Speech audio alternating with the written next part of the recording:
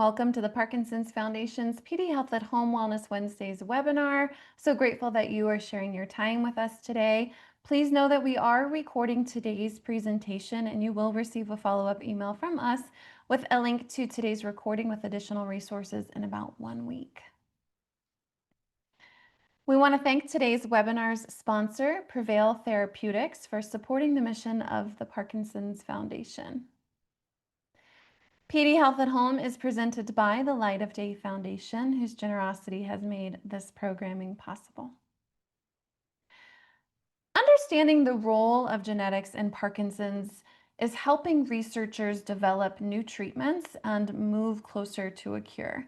In today's PD Health at Home Wellness Wednesday webinar, we will review the basics of genetics in Parkinson's disease and explore how genetic changes may influence the risk of PD and how symptoms progress. We will learn more about the Parkinson's Foundation's initiative PD Generation, mapping the future of Parkinson's disease, and why participation is helping to improve our understanding of PD and contribute to better care for individuals.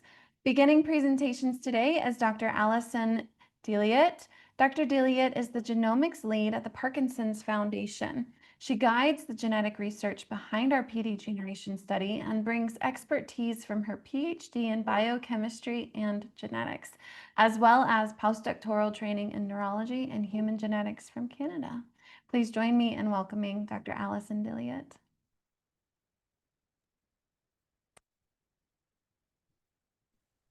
Wonderful. Thank you, Krista.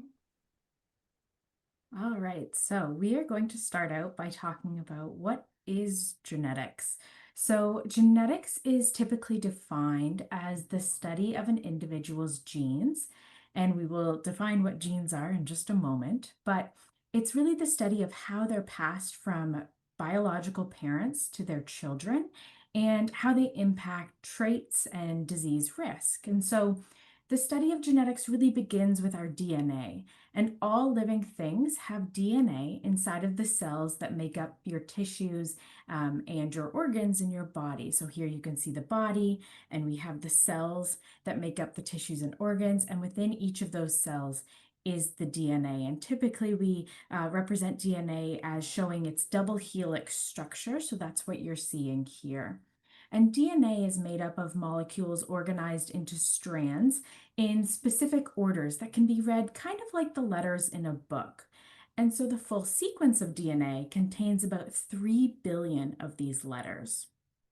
And they're all organized into individual genes, just as letters form words and sentences. And so you can kind of think of genes like recipes in a cookbook. It's a section of the DNA that tells the body how to make a certain protein. And proteins are what play many critical roles in your body, and they're required for the structure and the function and the regulation of your body's tissues and organs. So there are more than 24,000 genes within our DNA, and each gene can be thought of like one of these recipes or instruction manuals that the cells of the body then read and interprets to build that protein. There we go. And so when we talk about genetic variants, that is when there is a change in the DNA. So everyone's DNA sequence actually shares over 99% similarity. So my DNA is 99% similar to all of yours. But the 1% difference is actually what makes us all unique from each other. And so a change in the DNA is what we actually term a genetic variant. And the variants within genes can change the instructions, leading to a change in the protein that the gene makes. So here you can see the DNA. We have our gene highlighted in orange. And that gene is like that instruction manual, as I mentioned before, that makes the protein. And when there's a change in the instruction or a change in the recipe, the protein can sometimes change. But just like a recipe, sometimes changes don't make a change to the final product at all. We can substitute things in recipe and it doesn't really change the product. So just like that, variants in our gene can be completely harmless. But in some cases, they might cause differences like we see in hair color, height, behavior, and risk of getting a disease. So variants can also sometimes be referred to as mutations. You might hear that word used interchangeably. Sometimes people say variants, sometimes they say mutations. At the Parkinson's Foundation, we prefer to defer to the word variant because a mutation, the word mutation, is typically best used to describe a genetic variant that's always going to cause a disease. It's always going to lead to that disease. And with Parkinson's disease, we actually see that there are many genetic variants that just increase your risk for Parkinson's disease.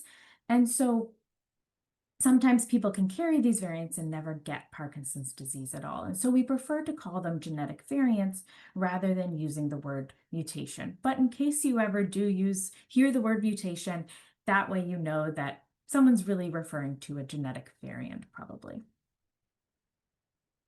And so with these, oops, sorry, my slide didn't quite change yet.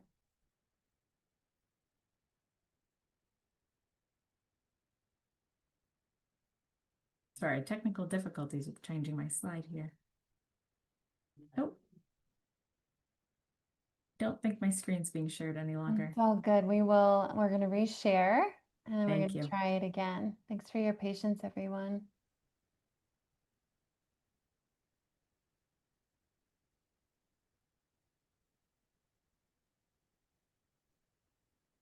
Fantastic. Okay.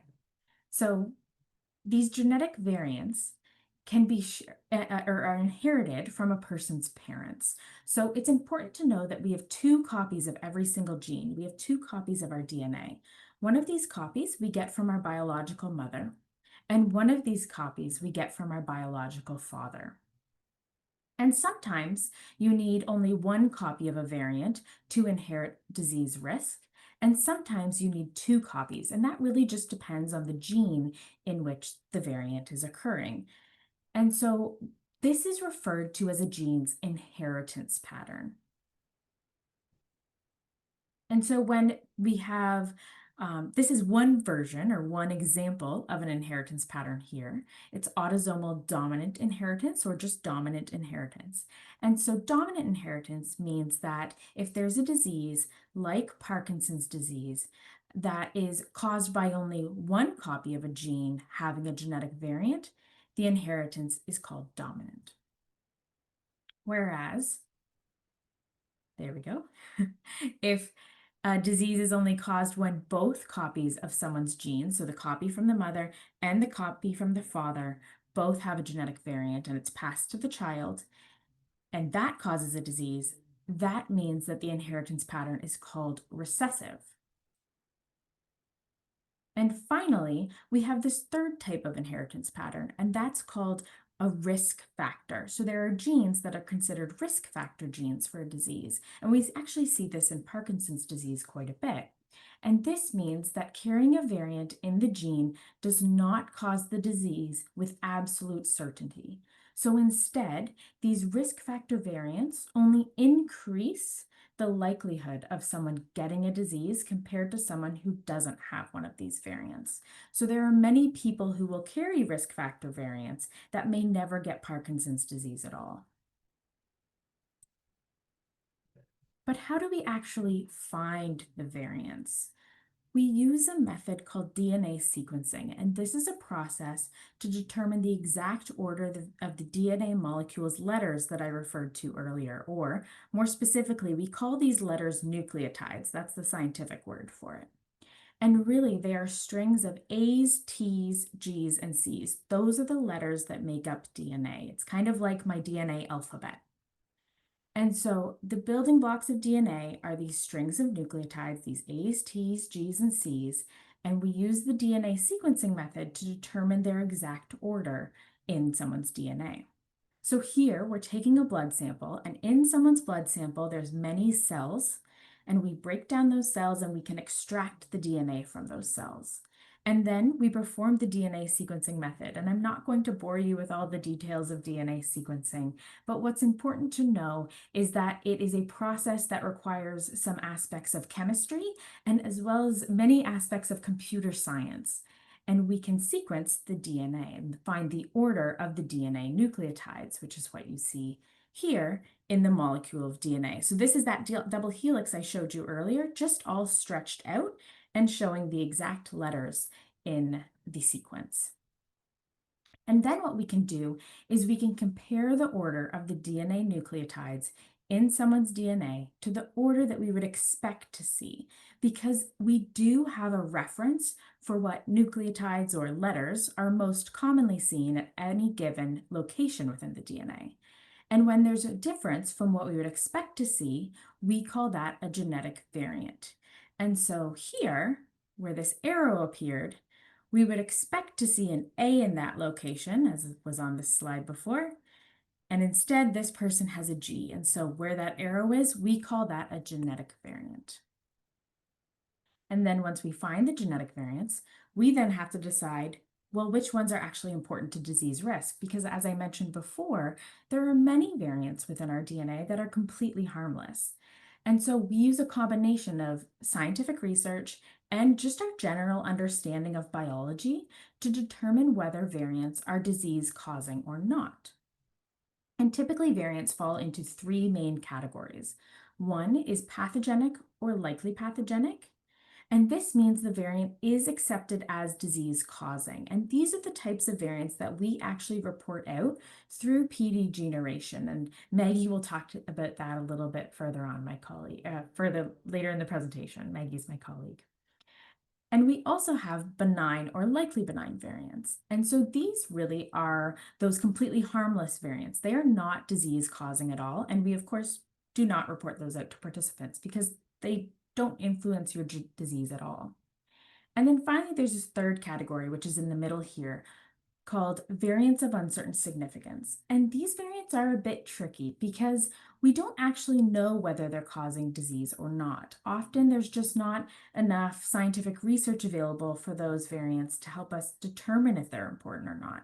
And so again, for PD generation, we do not report out these variants. And it's because we actually know that many variants of uncertain significance, previous genetic research has shown that when we do start to get enough data about them to actually make a call whether or not they're pathogenic or not, or they're benign, we find that the large majority of them actually end up being benign. And so we would never want to tell a participant that they have a variant of uncertain significance, and then later on have to follow up and say, actually, that's not causing disease at all. That's not relevant to your disease at all. Instead, we would prefer to wait until we know more and then follow up if we were to find out a variant of uncertain significance is actually pathogenic later on.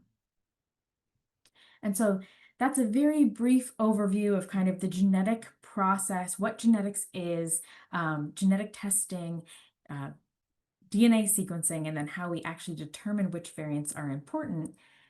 And now Maggie, my colleague, is going to talk a little bit more about the PD generation study and actually genetics in Parkinson's disease. So Maggie is the director of research at the Parkinson's Foundation, and she helps lead our landmark genetic study PD generation and oversees efforts to expand genetic testing and counseling for people living with Parkinson's disease.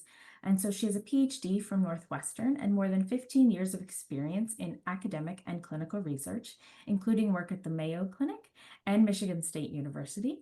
Maggie has also dedicated her career to advancing therapies for improving care for the Parkinson's community. So Maggie, you can go ahead and take it away. Thanks so much, Allie. That was a great precursor to some of the more information I get to share with you next. So taking some of that basic genetic understanding and applying it to kind of what the history of Parkinson's disease has been in the last 200 years, we've come a long way, and we have a long way to go. So back in 1819 was really the first publication about Parkinson's disease. At the time, it was called shaking palsy. So it was written by James Parkinson. He published an essay on the shaking palsy. It was kind of the beginning of the understanding of Parkinson's disease. And the next 100 years, there were many different researchers and clinicians who further described the syndrome, and eventually it was named after James Parkinson. When we made it to the 1950s, between the 1950s and 1970s, a whole lot of therapeutic options and treatments came out for Parkinson's disease. So this was the first Therapeutic surgeries were taking place, the first treatments with levodopa, which is dopamine replacement therapy, and MAO-B inhibitors, which helps decrease the breakdown of dopamine so that it's more available for use in the brain. In the 1990s, here in our sort of yellow-orange color, is when researchers discovered that a protein called alpha-synuclein was really important for the pathogenesis of Parkinson's disease. So this was discovered, and researchers also started understanding that there were genetic mutations that were associated with Parkinson's disease, and that it could actually have a hereditary component that wasn't understood previously. Now and into the future, you can start to see on the horizon and going on currently, immunotherapies becoming in a clinical trial or available for Parkinson's disease.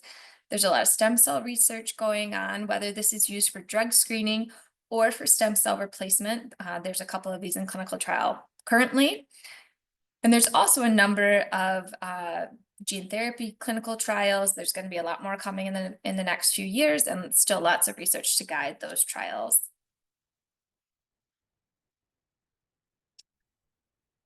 So as I mentioned, in the 1990s, it was really the first time researchers started to understand that this genetic component to Parkinson's disease, and this was through the identification of the first PD-associated genetic mutation or variant in the gene for alpha-synuclein.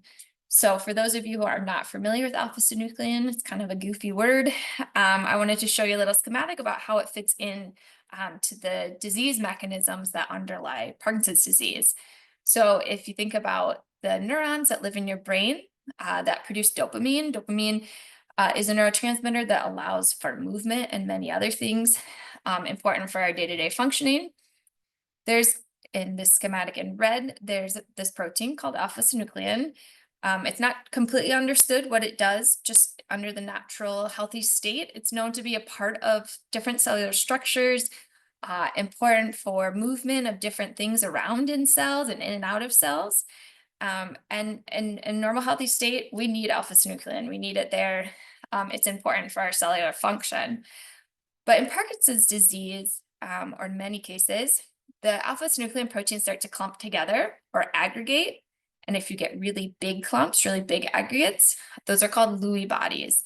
And this aggregation can cause death and damage to neurons. And when this is affecting dopamine-producing neurons, we lose that production of dopamine, which is then results in a lot of the clinical symptoms you see in Parkinson's disease, like slowed movements.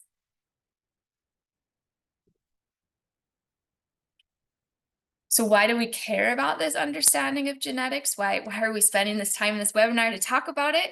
Well, one really important concept is that when we understand the underlying genetics of a disease, and like Parkinson's, this unlocks this precision medicine potential. And let me talk you through what that means. So in a state where there's no precision medicine, there's a patient with some sort of disease or disorder that's getting a therapy. And the same essential therapy is given to all the people with that diagnosis. Some people benefit, some people don't, and some people have really adverse effects to that treatment. When we start to use this idea of precision medicine, it means we use some of our understanding about the individual person, in this case, their underlying genetics or DNA, to tailor therapies based on those results. And so you have a patient, they get a DNA test or genetic sequencing, and then it allows for us to put people in different pathways for a tailored therapy with the goal that all of these different therapies tailored for each individual will provide benefit to the patient. Another thing we can think about with understanding genetics in Parkinson's disease is that not only can it help the people who have genetic predispositions for Parkinson's, it can actually help everyone living with Parkinson's disease. And let me provide you an example of how this worked in a different disease setting. Some of you may be familiar with statins. This is the most commonly prescribed medication in the world for the treatment of high cholesterol. Well, this drug came about in the 1970s, and they were developed based on an understanding of the genetics of cholesterol synthesis And it was used to successfully treat a rare genetic condition called familial hypercholesterolemia.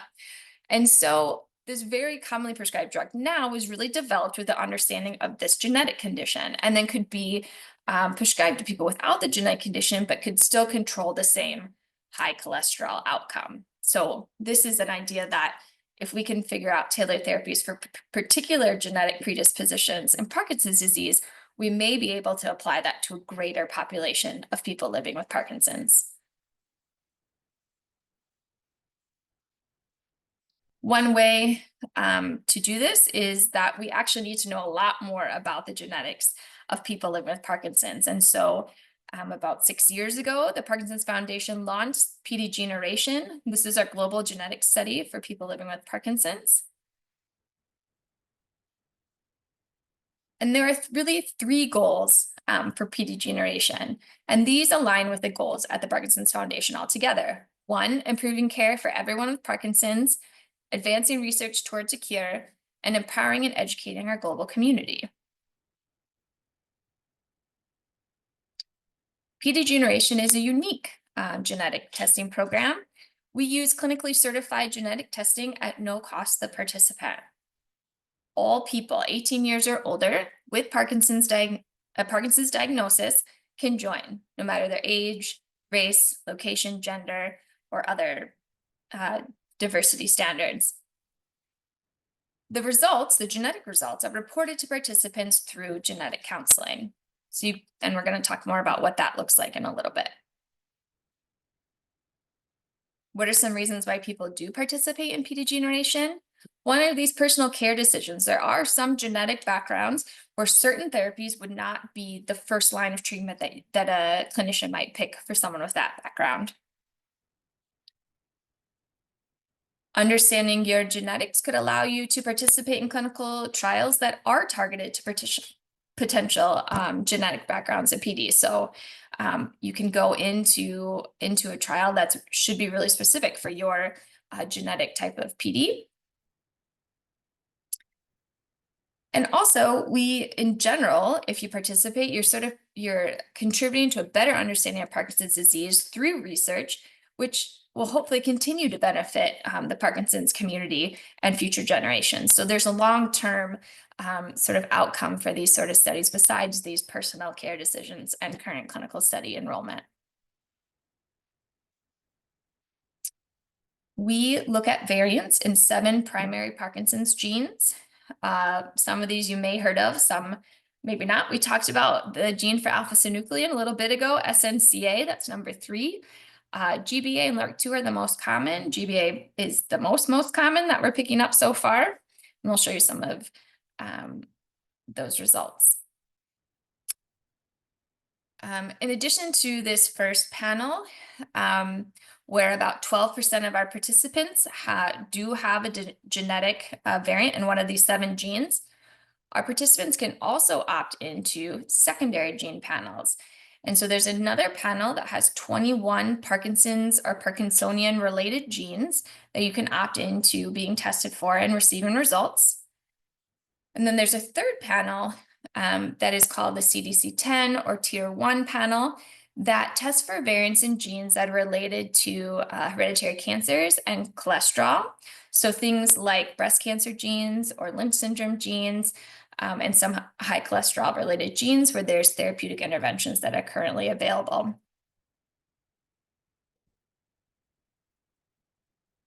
To take to be a part of PD Generation, there's really only 4 main steps. 1, you can go to our website, parkinson.org/PD Generation, and you confirm your PD diagnosis and your eligibility to participate.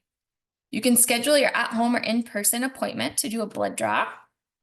You then complete the genetic testing and meet with a genetic counselor to review your results. I'm going to skip this slide. A really important implementation that we put in place recently in the last year or 2 to provide greater accessibility to PD Generation is something called the Tasso Kit. So this is an FDA-approved device that allows for self-collection or assisted collection of blood samples in the comfort of your own home if you'd like. So it suctions to your shoulder. You can see it here on Rex. One of our participants who participated at UCLA and let us actually videotape this process. We can share that video with you after the webinar. You can see he's so happy. He's getting there's a little lancet inside. So when you push the red button, a little lancet pops out and takes about 500 microliters of blood. It's not a lot. That can then be shipped into our genetic testing facilities with one of our industry partners, and they will do the genetic testing, and then we'll get the results back from that. This would be as opposed to going into a clinic and having a venous puncture for the blood draw. There's also clinics like UCLA here that use Tasso kit in the clinic itself as well, just because it tends to be for many people more comfortable, or provides the choice of using the Tasso kit or the venous puncture, depending on your preference. This graph is showing the cumulative enrollment in PD generation since September 2019. That's down here in the very beginning in the bottom left, all the way up to the beginning of August. Sorry, that should say 2025. We are just about to hit 27,000 enrollees in PD generation. So if you join this study, you won't be alone. You'll join your 27,000 other people living with Parkinson's disease who have enrolled in this study and will receive their genetic testing results. This graph is showing enrollment over since January 2024 to August 2025 by month.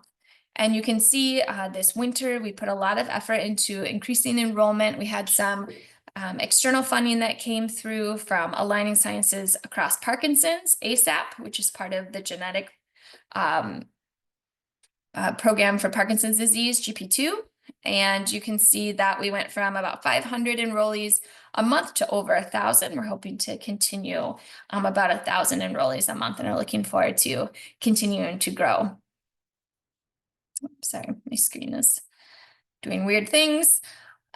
We also are expanding around the globe. So here you can see enrollment numbers in Canada, the United States, and in many countries in Latin America.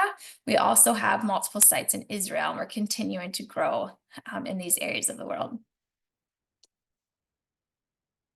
So as a review, adults 18 years or older with a confirmed diagnosis of Parkinson's disease can participate in PD generation. We provide genetic testing and genetic counseling in English or Spanish. Again, we're in the US, including Puerto Rico, Canada, Israel, Chile, Mexico, Colombia, Peru, El Salvador, the Dominican Republic, and we're growing. And really what it takes is a blood draw at home or in the clinic. You get genetic counseling by phone at some sites in clinic or virtually to participate. And again, to date, we found about 12% of PD generation participants do have a variant in one of the 7 primary Parkinson's genes. So either way, you'd be with that 12% or the other 88% of people living with PD who do not have variants in one of those 7 primary genes. Now, Allie's actually going to take back over. Thank you, Maggie. So I just wanted to briefly speak to the importance of genetic counseling. So Maggie had mentioned that as part of PD generation, something that you are offered is the inclusion of free genetic counseling sessions. And these are very, very important to the genetic testing process. So typically genetic counseling is defined as the process of helping people understand and adapt to the medical, psychological, and familial implications of genetic contributions to disease. Or more simply put, a genetic counselor is an expert at explaining genetic testing and results in a way that you will understand them. And so they can help you understand any emotions that you're having regarding your results, because it can be a bit of an emotional process to learn this kind of information about yourself. They can talk to you about how best to communicate your results to family members if you choose to. So that is one thing that they'll talk to you about. You have the choice of whether or not you want to share your genetic results with your family members or anyone else you might know. But if you do want to share that information with your loved ones, they can help you walk through how best to do that and how best to explain that information and give you resources to bring to your family as well. And they can also talk to you about some of the next steps that you can take in your genetic testing and Parkinson's journey based on your genetic results. So they're really there to support you in finding out your genetic results. And it was very, very important for us at PD Generation to include genetic counseling as part of the process so that participants didn't feel like they were left trying to figure out what all of this information means without the support of a genetic counselor. And then finally, I just wanted to highlight again why genetic testing for Parkinson's disease is important. And so I know Maggie covered a couple of these, but I think it's a really important note to end on. And so some of these are specific to PD generation, but others are just really relevant for genetic testing across PD in general.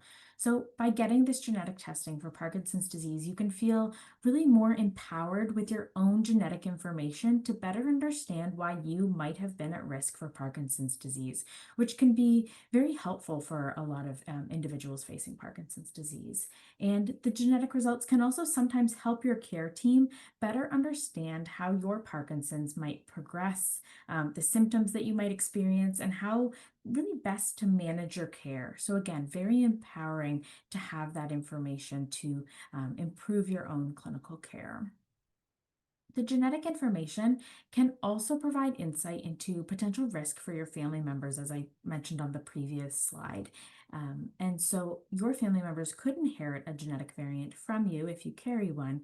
And so you can inform them about their potential for having a genetic variant. Again, if you so choose, you can inform them and they can make their own decisions to pursue their own genetic testing based on your results or the results of the person with Parkinson's that gets the genetic testing done.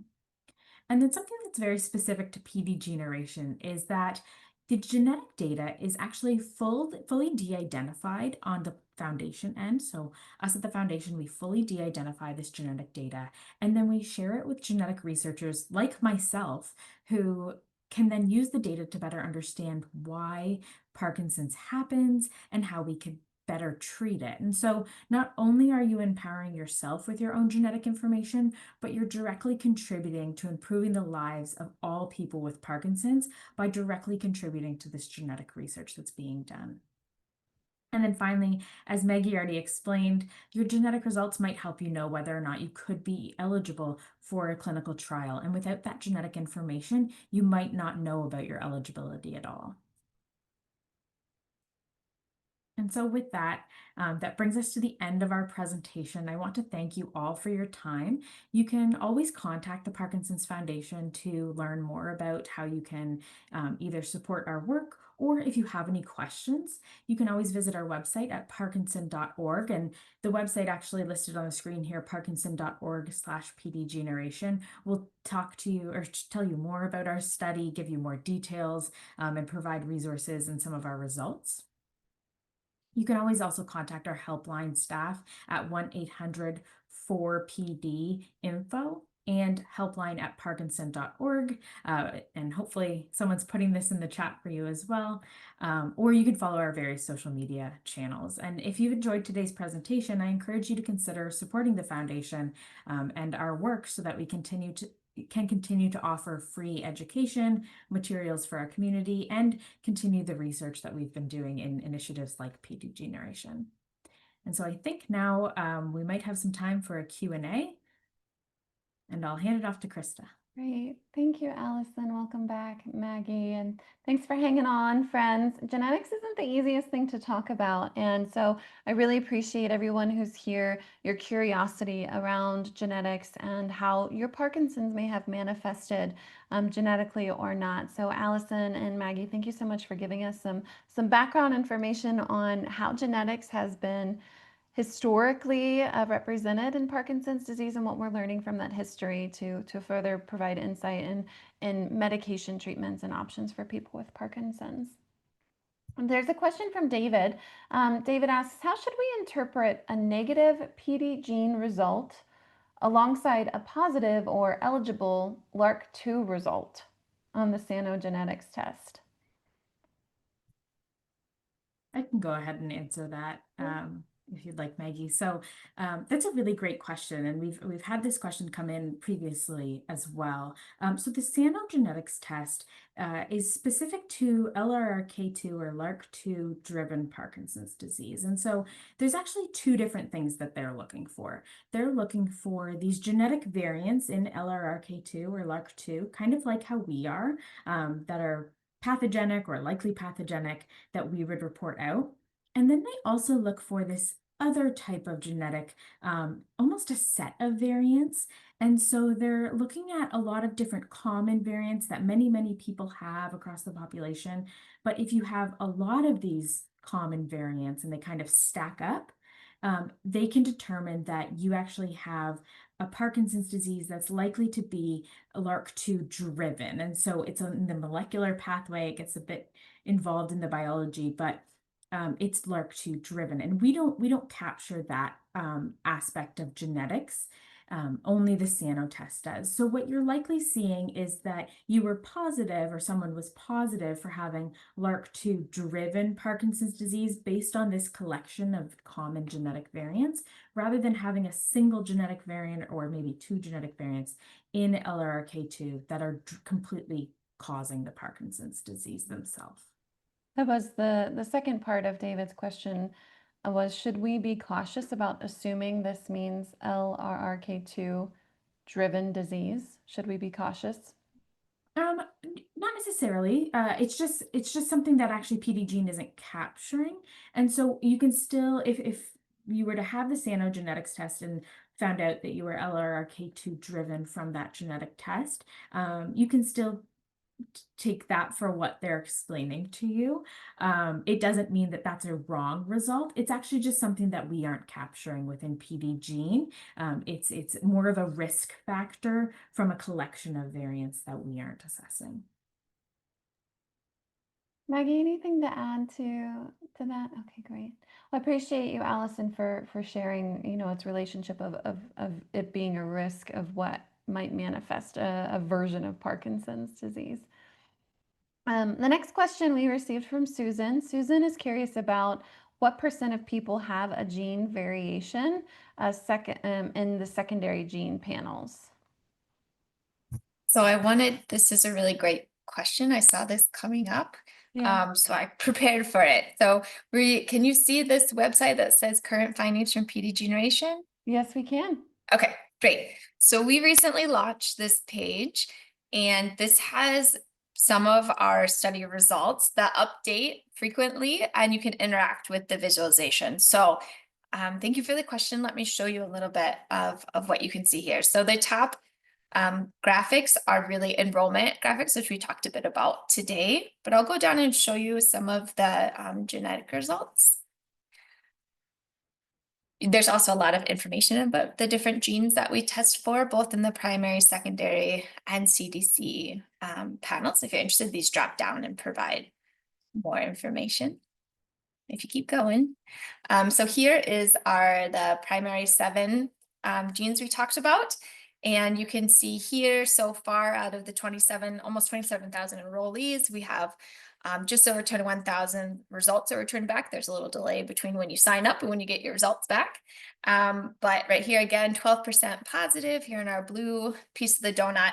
And then those are broken down by the different primary genes, again, GBA being by far the most common.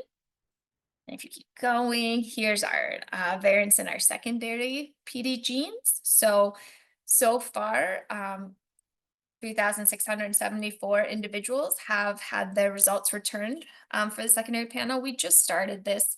I don't know, Allie, how many months ago was that? Not a lot. About a year ago, yeah. Okay, yeah. a year ago. The results coming in would have been a few months after that. Sure.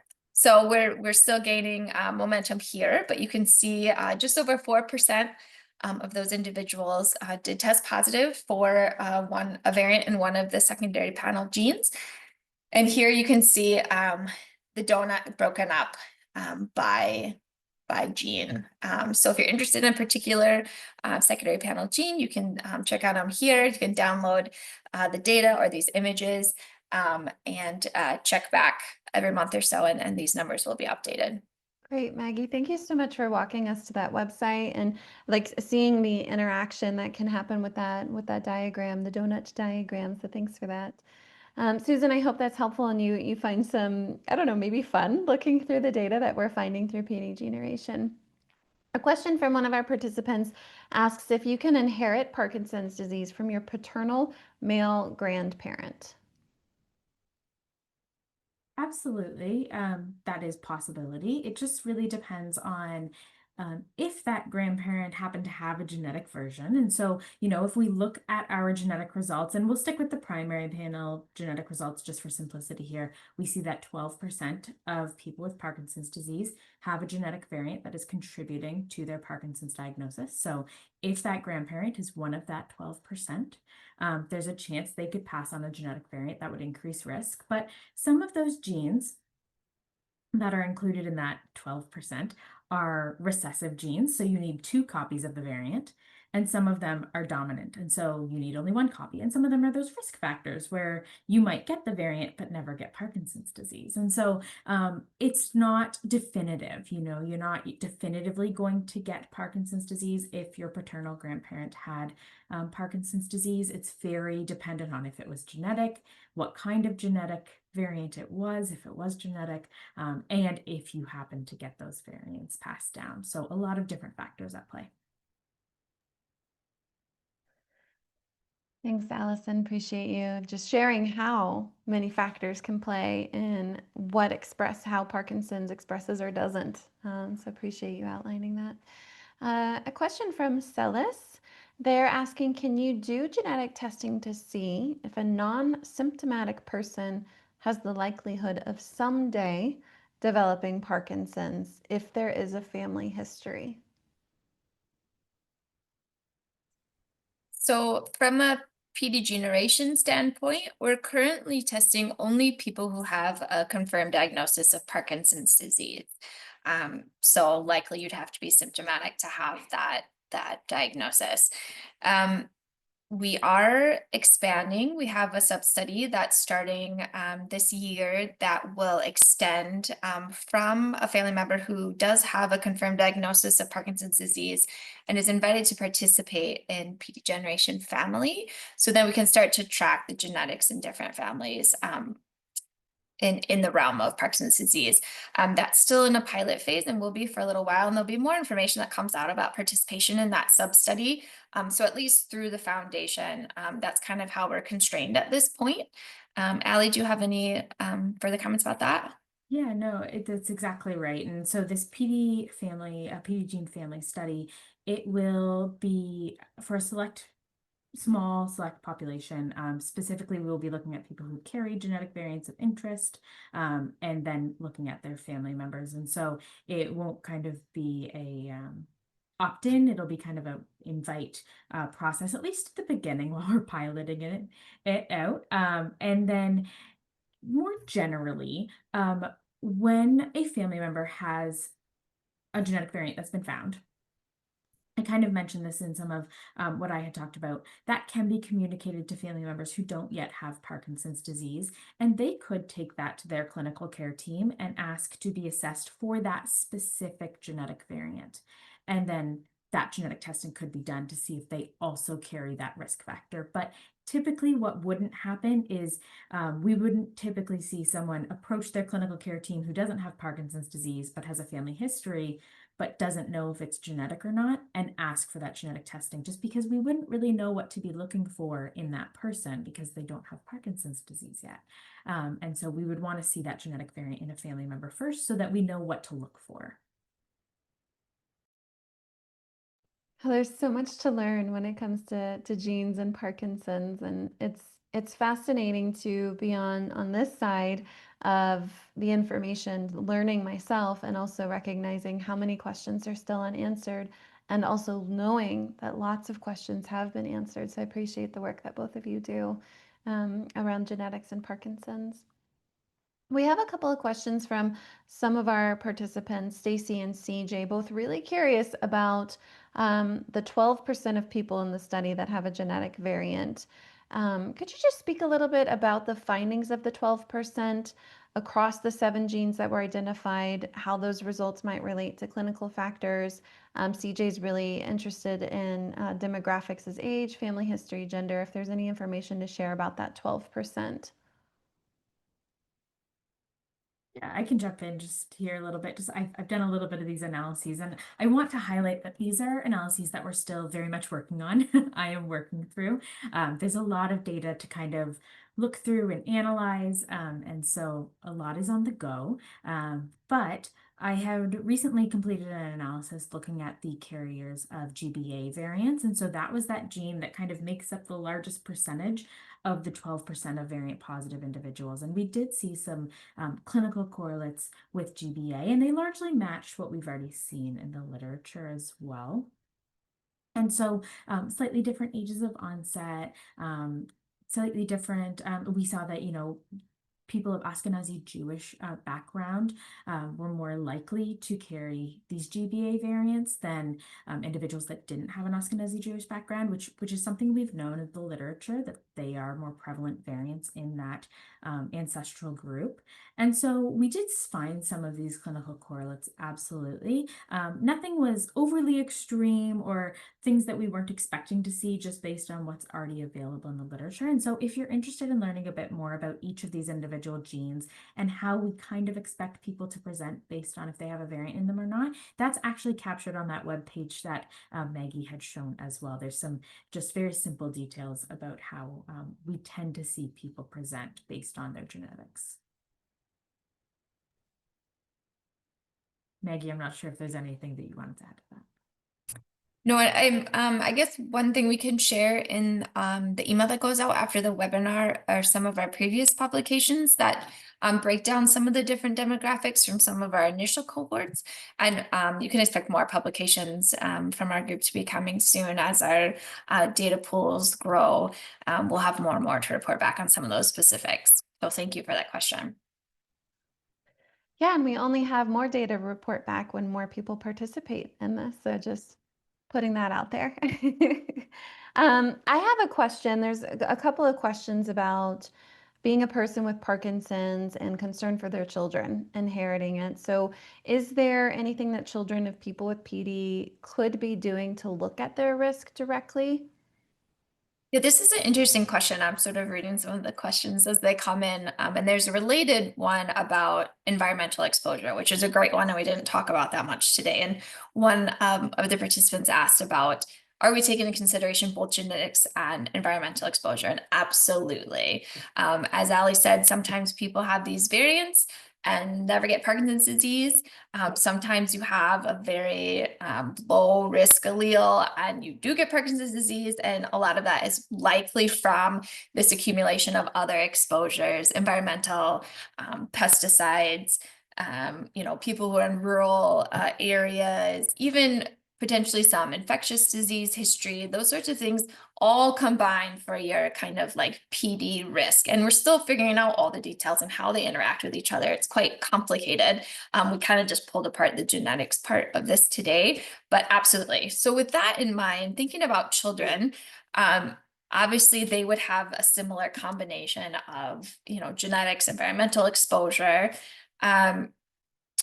One thing I'll note, it depends how old your children are. So for PD generation, obviously we only test people over 18 years old. So at this point, minors are not tested through our program. Adult children, absolutely, if they are diagnosed with Parkinson's disease, could be tested. Additionally, depending on the type of gene variant that you might be worried about or one parent has, like Ali mentioned, some of these are recessive genes that you need to have one copy from the mom and one copy from the dad. And so sometimes it can be helpful to know if the mom and the dad, biological mom and dad, both have the variants, then, you might start thinking more about what that means for the child. So in my opinion, having the parents tested, if they can be, if they have Parkinson's disease, that can start to inform care for the children.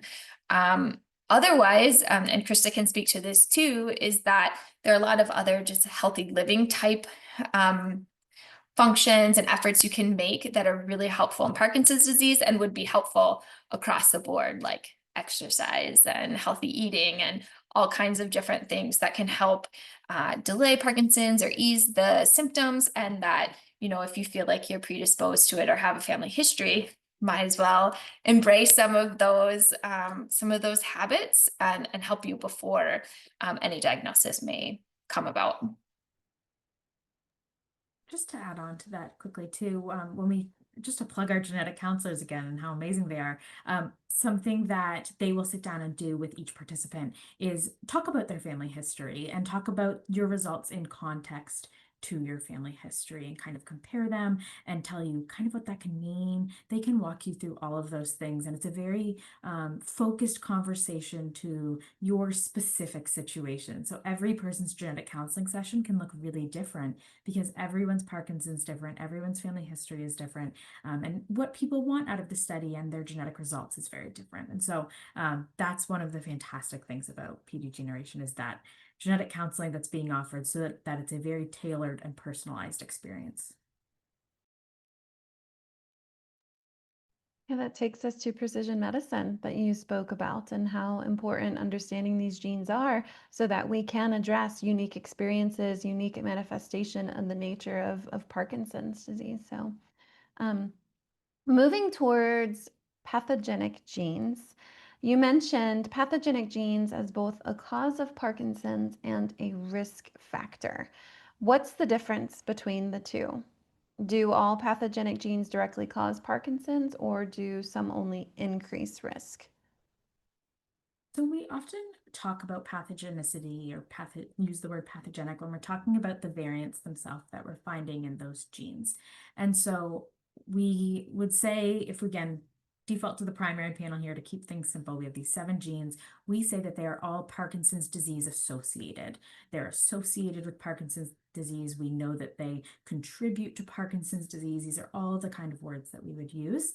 And some of them are genes where we know that the variants in them tend to be either pathogenic or benign, or that variant of uncertain significance I mentioned, and they're pathogenic and either recessive or dominant. So if someone gets the variant, they're very, very likely to get that Parkinson's disease. And then we have other genes that have that risk factor inheritance pattern. And so GBA is a really good example of this, where the variants in GBA, we often find are risk factor variants. They increase the risk of Parkinson's, but many people will carry those GBA variants and never get Parkinson's at all. So that's hopefully clarifies some of the verbiage we're using, the words we're using around pathogenicity and variants versus genes. We know it can get a little bit complicated, but hopefully that helps clarify a little bit. Yeah, it does, Allison. Thank you so much for offering that.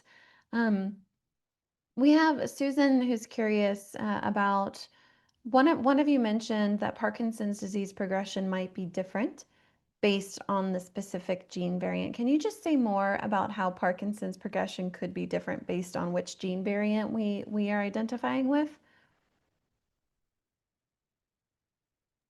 Absolutely, yeah. So there are some of the genes where we see that if someone's carrying pathogenic variant or variants in this gene, they might have a younger onset, or their Parkinson's might progress more quickly.